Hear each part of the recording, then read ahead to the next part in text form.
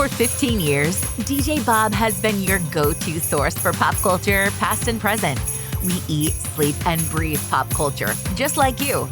He's interviewed countless fascinating people, from well-known names to everyday heroes.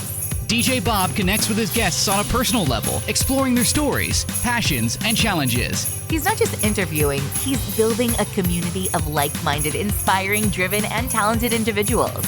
Join DJ Bob as he delves into the world of entertainment and the conversations that matter on all levels. This is the DJ Bob Show. Roll it.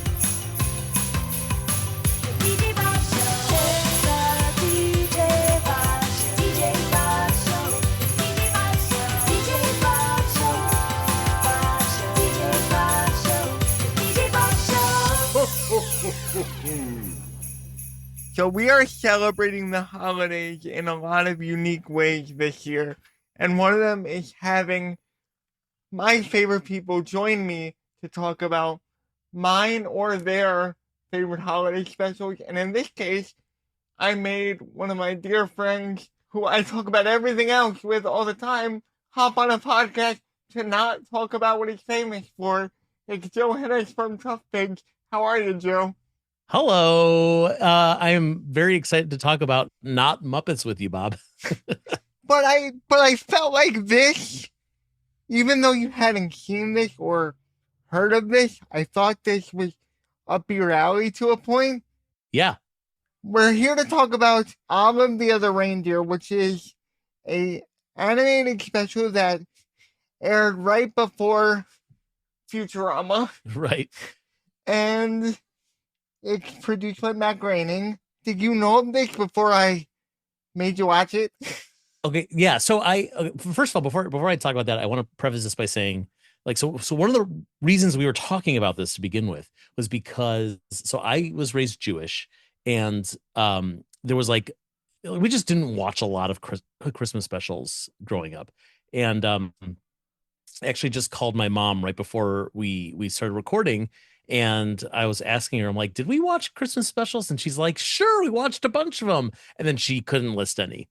So it's like, I think probably we watched Charlie Brown, and we saw, I can remember seeing Ernest Saves Christmas as a kid. And of course, all the Muppet specials and stuff. But other than that, I didn't see, Miracle on 34th Street until a couple of years ago. I didn't see. Yeah, me too. It's a Wonderful Life until I was an adult. And so now every December, I make a point to seek out all these Christmas things that I probably should have seen sometime in my life. And then I try to get through as many of them as I can every December. So now my list has gotten very short, and it's mostly horror movies. So that'll be fun for me over the next month.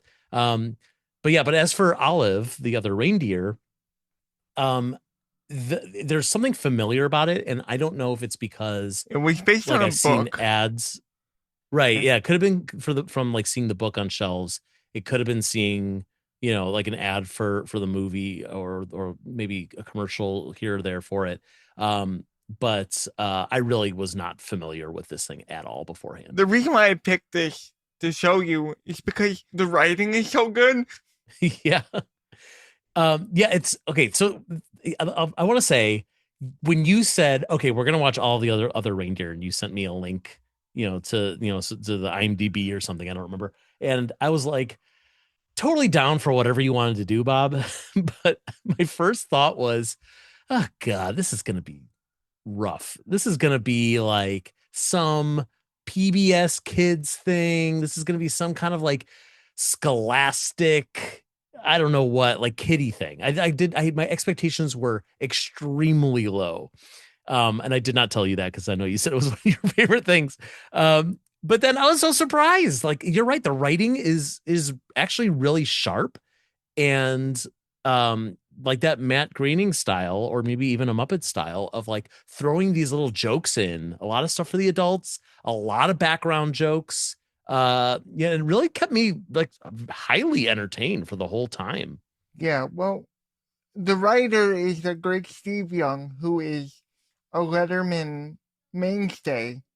He was doing this and the Letterman show at the same time, and it really shined through. Yeah, I totally agree. Like some of the stuff that they come out with is so off base. What would you consider an off base joke in this special? When I say off base, I mean for like a 5, 6, 7 year old. Yeah, well, for sure, yeah. But isn't that the thing that like we talk about a lot, especially with Muppet stuff? Looking back at the old Sesame Street sketches, and there's so much stuff that went over the heads of these kids, but because they went over their heads, they didn't know they were missing out on a joke. It was Yeah. just like something that's happening. It's not like they're like you have to have seen Mad Men to understand what's happening in the story or who this character is. It's none of that stuff. Like there's jokes for the adults, there's jokes for kids. It works on multiple layers without having to be fully aware of what these things are. But and like speaking of the these jokes, these references, there's a thing like, well, right at the beginning, it's not even a joke. It's just the fact that when Olive meets Martini the Penguin for the first time, he's selling bootleg Rolexes that don't work. Rolex with 3 X's. And not only is that like something, it's like, okay, this guy is definitely like has escaped from prison. I mean, he escaped from the zoo, but that's prison for them. He's selling, he's a criminal, clearly. And then when the police officer comes up to them, he's like, these aren't mine. I'm just giving them to my friend Olive. And Olive's like, I guess I'm getting on board with this. Aiding and abetting a criminal. Immediately, Olive is breaking laws. And then, like, okay, it's all kind of played off as a joke. But she don't know because she's so naive. But it's so... Just the fact that the penguin is named Martini in this kid special, it just... Yeah, Martini and Olive. I love that. They go together. I love it. Yep. Also, speaking of names, all of the other reindeer, I've heard of it before. But it wasn't until like maybe I feel very dumb. Maybe until like halfway through the special where I got the joke. Yeah. Oh, all of the other.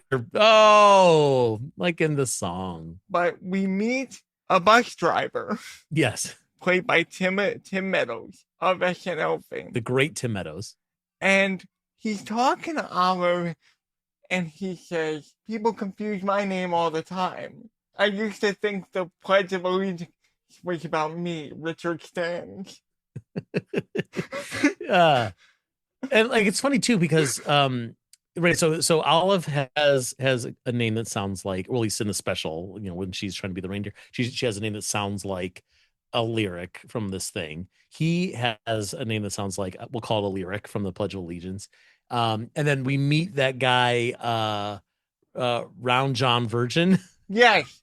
And like, but it's weird that like 2 of them are Christmas songs, and then this guy is like, no, it's just the Pledge of Allegiance. It's almost like they're like, let's see what makes us laugh, almost in that Muppets mentality. Exactly. I miss that.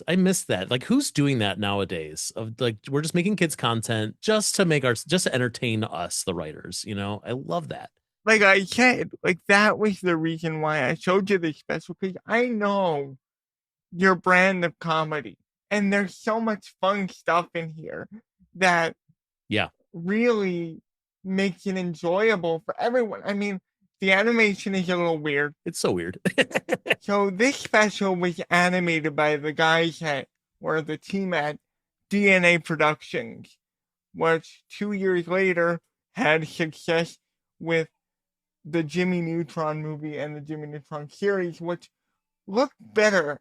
I mean, the Jimmy Neutron series is like notorious for being rushed and sloppy, and like just taking advantage of like, well, Pixar, it works for Pixar. Everyone wants to see CGI, and those poor animators were just like completely rushed, and we're like, it doesn't matter. His head went right through the locker. We got to keep moving. But if I said that to you, if I said that the Jimmy Neutron thing right away, you wouldn't. Would you have been able to tell, it's the same people? No, not at all. And actually, I really respect the fact that they went for an animation style that's, I mean, I don't know if this style exists anywhere else in any other productions, but like I've never seen it before.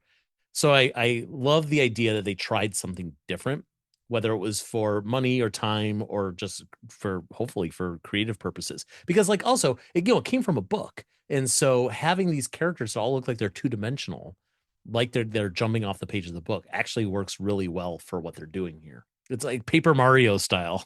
You know, after I saw this, I read the book, and I just wish that they did more in this world, because I feel like this property kind of warrants itself to a couple more specials, not a series, Sure. Yeah. but a couple Yeah. more specials. What else would you want Olive to do? Where should Olive go next?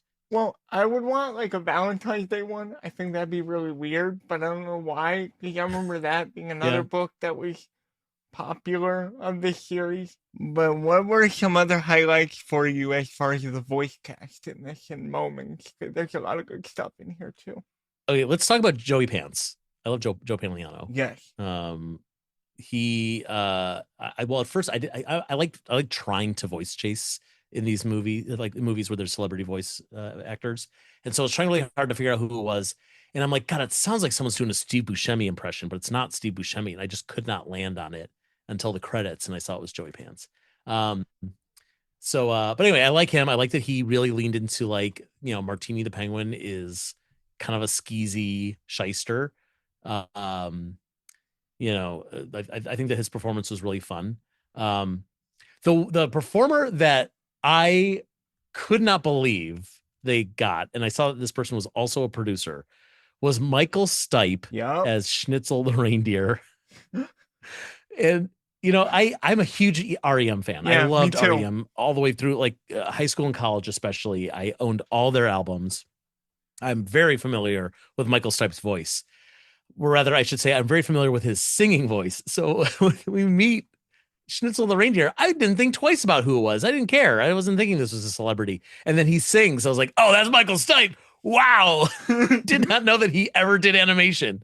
Very cool. That's a fun little moment, because you meet all these misfit characters in this bar, if you will. Yeah. Throws the special for a loop in the best way possible, and then brings it right back. Yeah. You know, I think a lot of movies and specials and TV shows, they have their like cantina, Star Wars cantina moment, where you're kind of like walking into this new space. Everything is very out of, like, alien and chaotic. And they definitely nailed it here. I also felt very much like, and I know this was a few years beforehand, so I'm going to assume that Tangled stole a lot from this special, because this bar reminded me so much of the bar from Tangled. The I've Got a Dream, that whole thing. Yeah. Yep. Exactly. Yep. And then, like, it turns out, oh, some of these guys have a heart of gold, and, you know, whatever. Like, it totally felt like the same bar, which is fine. I'm sure that's not an original idea to either of them. And I'm curious to know what you thought of Olive's owner, Tim, voiced by Jay Moore. Jay Moore, who no way would I've ever guessed that was Jay Moore's voice. Well, I guess I appreciated the fact that she said he used to be tiny at some point, or he was nice when he was tiny. It's like, oh, it's Tiny Tim. I get it. He's named after the kitten from A Special Sesame Street Christmas. Yeah. That was a joke for you, Bob. No one else is going to get that one. I loved it. Thank you. But yeah, so the idea, and like this, I think, goes to what you were saying about there's so much potential for more Olive stories, is like this idea that Olive is a dog who's bad at being a dog. Like, you know, she doesn't bark, she doesn't chase cars, she doesn't, you know, tear up flower gardens, whatever. And Tim is like, you're not doing your job. I think that is a very funny joke of like, you know, like, you're on the clock here. I don't think Tim himself is a very interesting character, but his purpose is actually very entertaining. You know, I was watching this beforehand with a group of friends, and my friend made me pause it, and he said, a grown-ass adult is this upset about Christmas being canceled? Yeah. This is a universe. Okay, wait, you can't nitpick that kind of stuff, because this is a world in which everyone is confirmed that Santa Claus exists and delivers presents. There's no like, oh, well, if you really believe, then Santa will. No. He's a guy. Like, he's a celebrity in this world. Yeah. And, you know, and like, he unintentionally terrorizes this mailman, which is also very funny. Speaking of Santa, Ed Asner on speed dial over there for the Santa. Okay, so I did some research. I was curious how many times Ed Asner has portrayed Santa Claus in TV and film. I don't know if he ever did it on stage.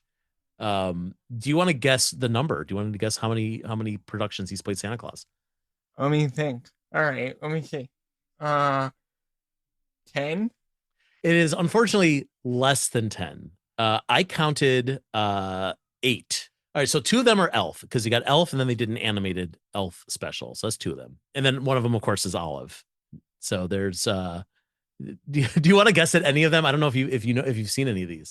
Tell me, because I have no idea. Okay, so the first one, 1996, a TV special called The Story of Santa Claus. You know, The Story of Santa Claus. Yeah. The Christmas classic. Yeah, right next to Mr. Willoughby. That's right.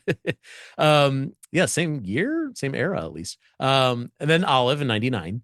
In 2001, he played Santa Claus on an episode of The Ellen Show. That's Ellen DeGeneres' sitcom before she had a talk show. Oh. And then it was Elf in 2003. Okay. In 2012, he voiced Santa Claus in an episode of Regular Show. And then 2017. They have this dude on speed dial, like I was saying. Well, he's also like, that he did so much animation. So I'm sure it was more that he was on speed dial for any voice casting agents. And if they see him as Santa, they know that he's good. So yeah, right. Yeah. So yes, Regular Show 2017, he did Storybots Christmas. He was Santa Claus. And then my favorite, the same year, he played Santa in something called Santa Stole Our Dog, A Merry Doggone Christmas. What is this? I don't know. We have to find it. We have to watch it. But now there's 2 other things. He did not play Santa Claus in either of these things, but he was on the TV show The Untouchables in the 60s. And in 1962, he was in an episode called The Night They Shot Santa Claus. So he wasn't Santa in that, but he maybe met Santa. I don't know. I haven't seen it. And then in 1991, he was in something called Yes, Virginia, There Is a Santa Claus. But once again, did not play Santa in that. So there you go. That's the history of Ed Asner as Santa. He's very Santa adjacent. He is. And, he's also very good at playing Santa, not just as the, like, ho, ho, ho, everything is great. Christmas spirit, everyone. Like, he puts a little gruffness into his Santa. He almost gives me, like, Charles Durning in the almost his Christmas vibe. Yeah, I can see that. Where it's sort of like, I've kind of had enough of this, but I'm here. Right.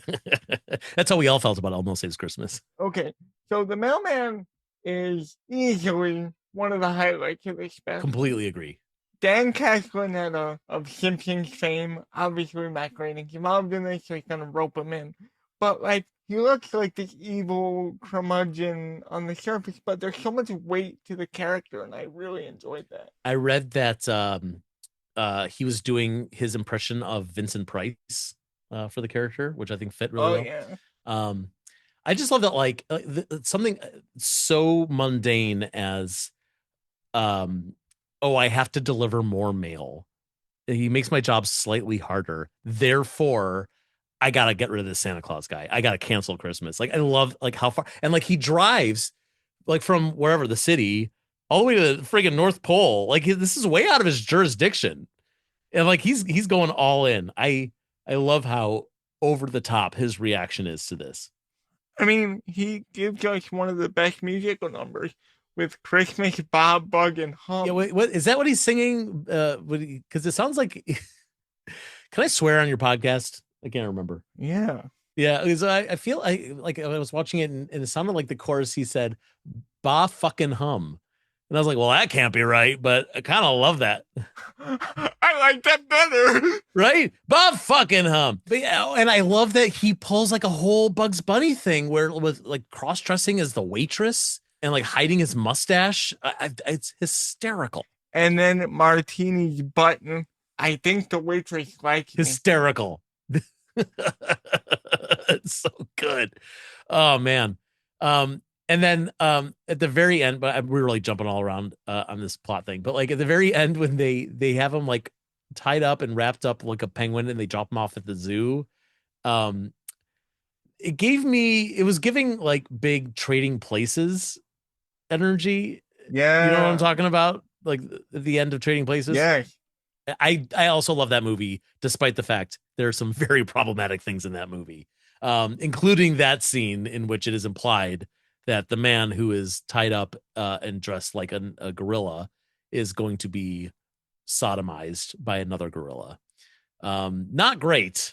Not great. I don't think that happens in all of the other reindeer.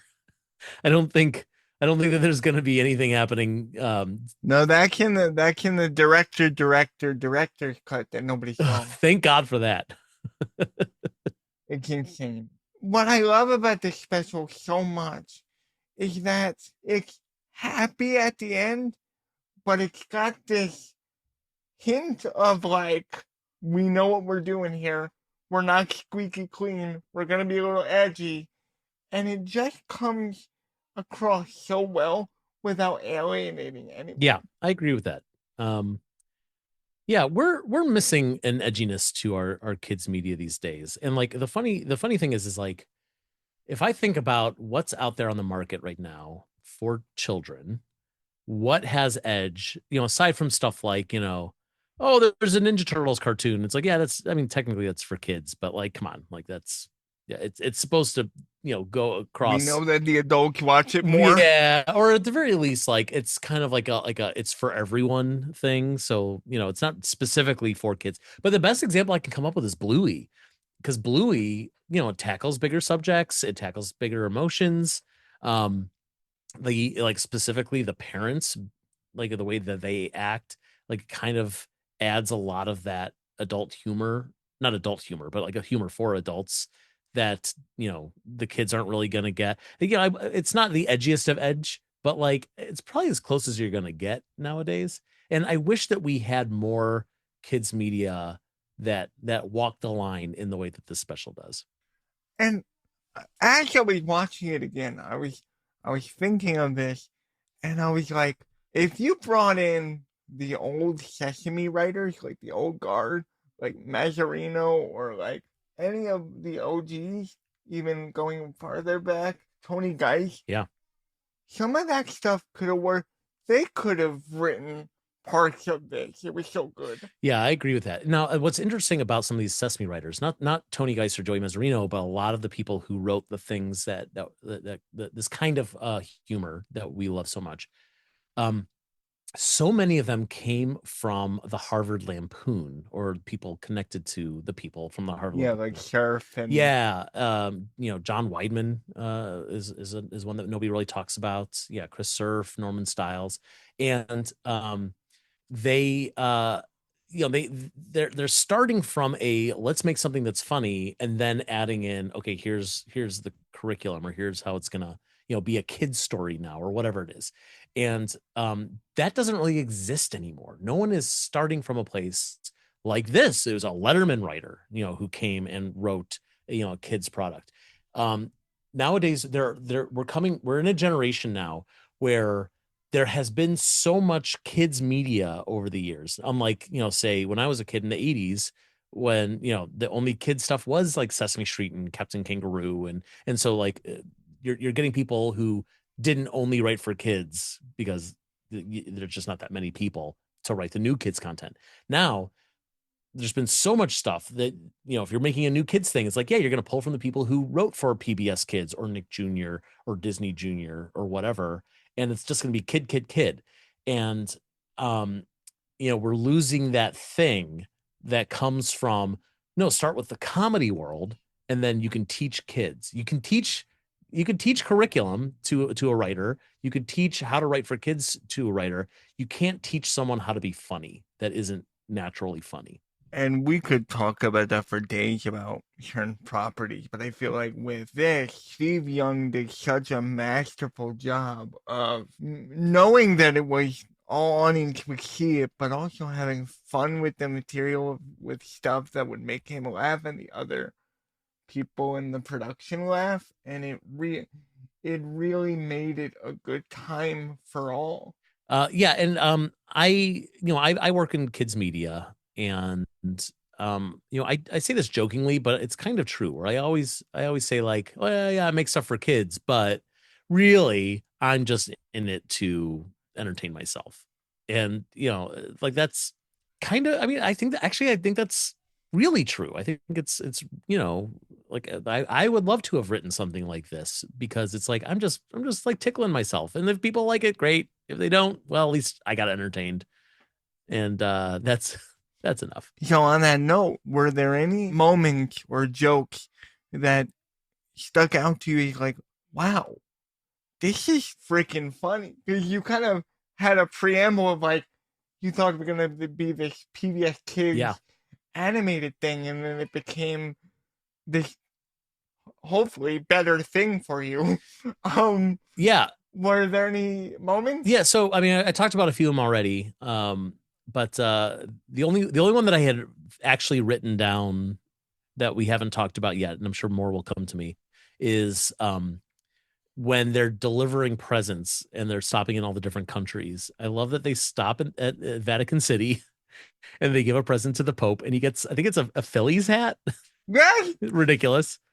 I love that they stop in Tokyo and they give presents to, I think it's Astro Boy and Godzilla. Like that song is great. Like, yeah, just have fun with it. Everyone gets a gift. And Godzilla's there. My buddy Godzilla. He's the best. I'm so glad he's there. And apparently is Christian and believes in Santa Claus. Are you glad that I showed this to you? I'm extremely glad that you showed this to me. I was, like I said, I was so skeptical at first. And, there was no way I was going to not watch it. I like having opinions about things. So like, I like getting out of my comfort zone when it comes to my media. So, I was curious if nothing else, but now that I've seen it, I can't say it's like going to be one of my favorite Christmas specials ever, but like I'll rewatch it. I'll watch this other Christmases.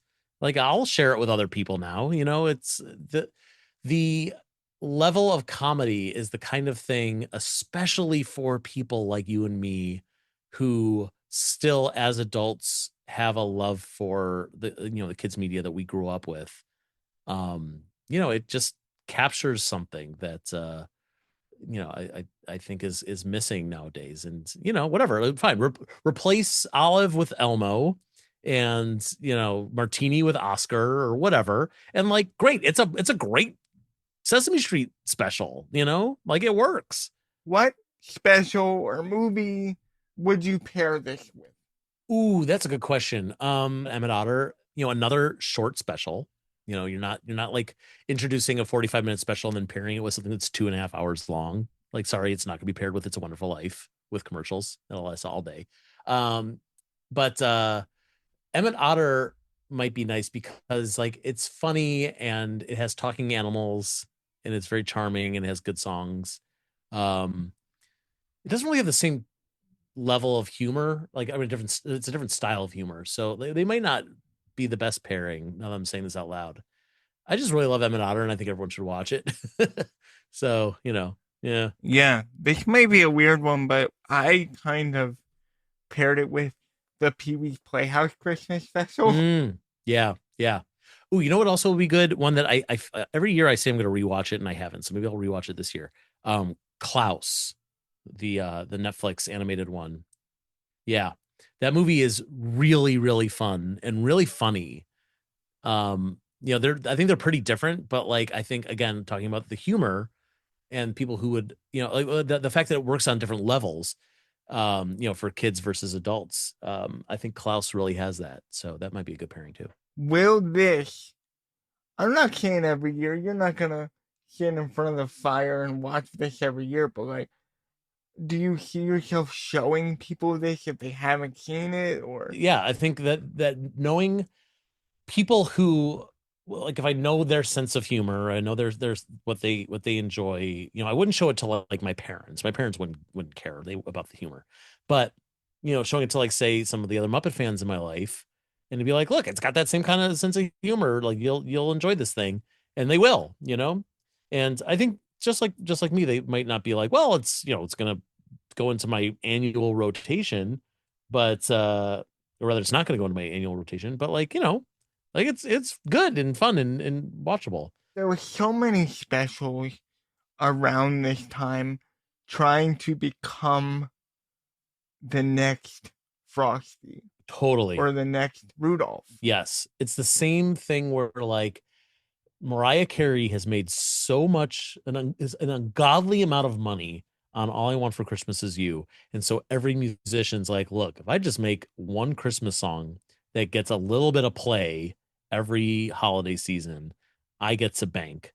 And I'm actually a little surprised that there aren't more Christmas movies for kids out there that would do the same thing of like, look, if this thing, gets, a good distribution deal for 1 month out of the year every year, then that's money in my pocket. The question that has been racing through my brain this entire time is like, as a kid, what was it like being a Jewish kid where one of your main interests don't even touch on Hanukkah or Yeah. The Muppets are sort of your be all end all. I mean, you like other things, but like no, you're right. Muppets are and always will be my number one.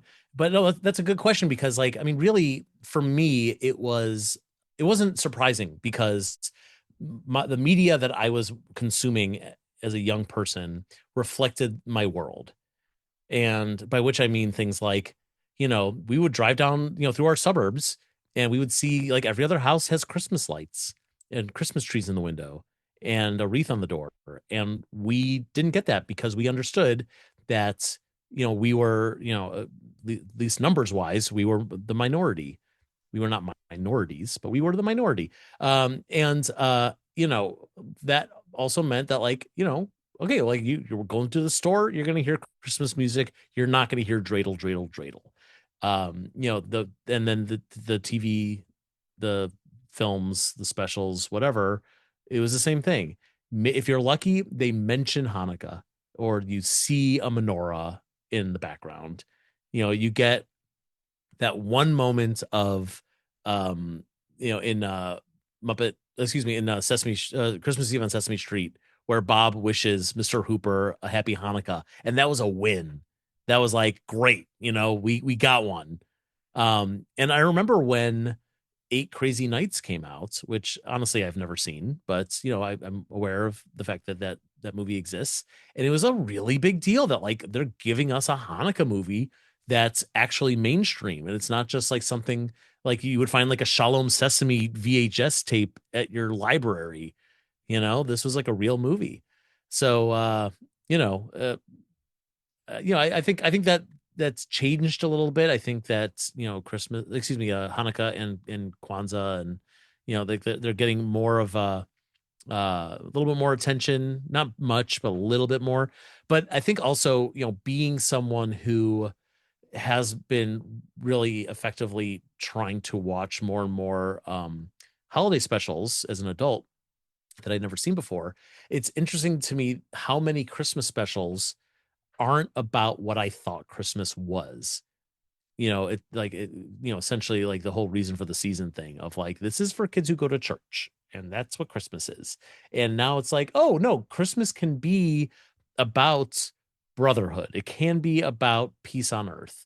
Like these are not things that have to be attached to religion or upbringing. It could just be something that we all kind of agree would be really good.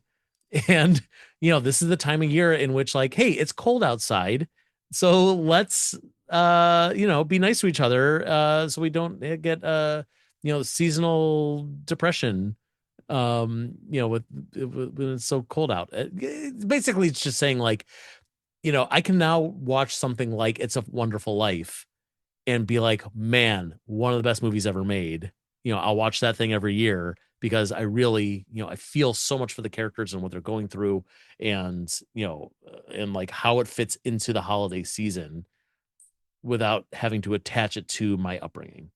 That's interesting because I was just talking to a friend of mine and we were just talking about how overly religious a Charlie Brown Christmas actually is. I mean, it's just that one part, that one Linus getting up on stage and quoting the Bible, but you take that out of it or do what I did, which was like, okay, this is the time I'm just going to like, twiddle my thumbs until it's over. Cause it's really just less than a minute. But then the movie is about, anti-capitalism and like how we shouldn't be merchandising this holiday that should be meaning more. And because they keep the rest of it pretty open-ended of like the spirit of Christmas and not it's about the birth of Christ, then someone like me can still watch it and be like, yeah, man, yeah, Charlie Brown, you know what you're talking about. I'm gonna ask you this question and then I'm gonna provide my answer. Okay. Is there a Christmas property that is good, but you think it's oversaturated? First thing that came to mind is Elf. Elf is like the first time I saw it, hysterical, loved it. But then, it's like any of these goofball comedies that just get like over quoted, over merchandised. I'm very grateful that they didn't make any sequels because I think that would have really killed it. But it's just like it grew a little bit too big to be able to like rewatch it and appreciate it on the level that it was intended.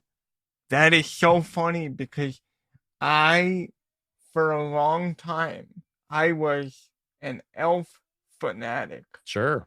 So I have every T-shirt, everything, and now I watch it. I'm like, why don't I have more shirts of Home Alone or like yeah, things that I like? I'll watch Elf, I will, but like it's kind of like I don't watch it as much as I used to. Right, for me, that oversaturated movie for me is National Lampoon Christmas Vacation. Oh, sure, yeah. I never liked those movies anyway. Those vacation movies. So like those are easy for me to ignore. Yeah, but I totally get that, the oversaturation of it. His political views aside, I love the Santa Claus movies. Oh, sure, yeah. Specifically the first two. Yeah, I've only seen the first one. And I have a friend that you're reminding me. I have a friend who, when I started writing my movie reviews, which I'll talk about later, a friend of mine reached out to me to say, "Oh my God, I am obsessed with the Santa Claus movies. Can you please watch them? And I'd love to hear what you think of them." And I said, "Well, I'll watch them with you. So let's get together and let's marathon these movies." And we just never made the plan. And so I think maybe this December I will make a plan with her. I would like to see another Santa Claus movie in which Santa Claus is being hunted, like the Running Man. Because there's all these people who are like, hey, look, if I kill you, I get to become Santa Claus, and then you get all these cool Santa Claus powers. You get to be a small business owner in the North Pole. The reason why I chose this special for you is because I knew what your sensibilities were, right? Right. Yeah. What is your ideal holiday movie in terms of story? Like, what do you like to see and what do you want to see more of based on things that you've seen? That's a good question. I don't know if there's like one thing that stands out above the rest, just because, like I said before, I like getting out of my comfort zone with this stuff. Maybe a couple of things that you enjoy. No, for sure. But like, I guess what I was going to say is like, so I get a lot of appreciation out of, something that might be a little bit more of a sentimental Christmas movie, as I do something like, Krampus. And like Krampus is killing all these people and it happens to take place on Christmas, yeah, crazy. So, I think that there's a lot of different ways you can go with that. But that said, if there's something that I'm really looking for, I do feel like if I'm watching something close to the holiday of Christmas, so like I'm not even talking about like it's December or it's holiday season. I'm talking about like December 21st through the 25th, like that close to Christmas. I want to feel that feeling of, that brotherhood, goodwill toward men, like we're again, like I keep going back to It's a Wonderful Life just because it's such a wonderful movie, but like the end of the movie where his whole community is come out for him, and like that's not just about the Christmas spirit, but it's about the best of humanity. I love the aspirational aspect of that. So I love seeing those kinds of stories. I also like seeing stories that like, again, happen to take place on Christmas. So like, give me more stuff like Die Hard. Give me more stuff where it's just like, Merry Christmas, ho, ho, ho, I have a machine gun. go nuts with that stuff. I get that, because when it's too Christmassy, you kind of need a little bit of a palate cleanser, where Yeah. it's set on Christmas, but it's not really a Christmas film. Oh, can I tell you what I don't like seeing? Maybe that's easier. The thing that I don't like in my Christmas stories is the very generic believe. Just believe. Like the just Polar Express. oh my God, that movie is crap and a half. Like it means nothing. It means, hey, just like I told you something and you should just take my word for it.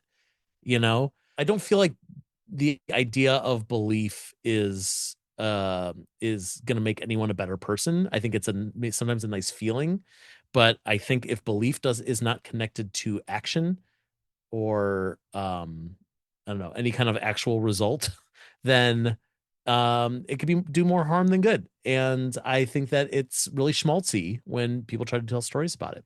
So I'm sure there's exceptions to that rule, but yeah. It's been a complete joy having you here, just to expose you to this special and just have a chat. Because for the uninitiated, which is most of you, Joe and I have these conversations all the time where we just talk about anything. And Joe was the one who said we could just do this on a podcast. Yeah, because we'll talk and you'll be like, we got to talk about this on a podcast someday. And I'm like, no, we should just record it. Why aren't we recording this? Like don't talk about it now. Save it. I'm glad that we did. I'm very grateful not only that you recommended this special to me, but that you gave me an opportunity to talk about it on your podcast with you. And Bob, it's always such a treat to get to spend this time with you. So thank you for having me, as always. You inspired this series. This is happening again with other people and other creatives involved in their own Christmas specials. And great fans of this show. It's all your fault. So if your listeners don't like it, you can blame me. That's fine. What is bringing you joy most right now? Life is tough these days, like politically, economically, and I think you and I have bonded, especially over this past year, over some personal troubles that we've both gone through, and I am very grateful that for me, I've got people like you that I can talk to and commiserate with, but also kind of get that hope, that belief that we keep talking about, that you can't just believe that things are going to get better or that your troubles are going to go away or whatever. You gotta put some work into it, and part of that work is talking to your friends. And I'm very grateful for all the folks in my life that keep me moving forward, and Bob, you are one of those people, so thank you. That means a lot to me, because we're all going through similar journeys, and one of the other reasons why I did this is just because I want to just be able to connect with people and share things that people might not be familiar with, and hopefully educate them in something, and have a good time with people and connect with them in a deeper and fun way. So thanks for chatting today. Anytime you want, I'm here for you. Where can people connect with you? Because this is not the only place where you review good, bad, ugly films. Yeah. I do some movie reviews. It's just I watch a lot of movies, I watch a lot of TV, and I justify it by writing reviews that people seem to enjoy reading. So if you want to check those out, you can either follow me on Letterboxd at Tough Pigs Joe, or you can find me on Substack, if you want to get them in your inbox, at #JoeConsumesMedia. And yeah, I do that every couple of weeks, and I'm always surprised as to how many things I have watched in the last 2 weeks. It's almost embarrassing, but there's a lot of movies out there that I want to see. Got to get through them. A lot of Christmas movies I haven't seen yet, so that's something to look forward to if you want to follow me there. And then on top of all that, you can find my work on toughpigs.com or at toughpigs on any social media network except for the one that's owned by Nazis. And we're always doing fun Muppet related stuff there. So hopefully you'll enjoy that, because everyone loves the Muppets, including you. I know you do, dear listener. Thank you so much, my friend. Thanks for having me, Bob.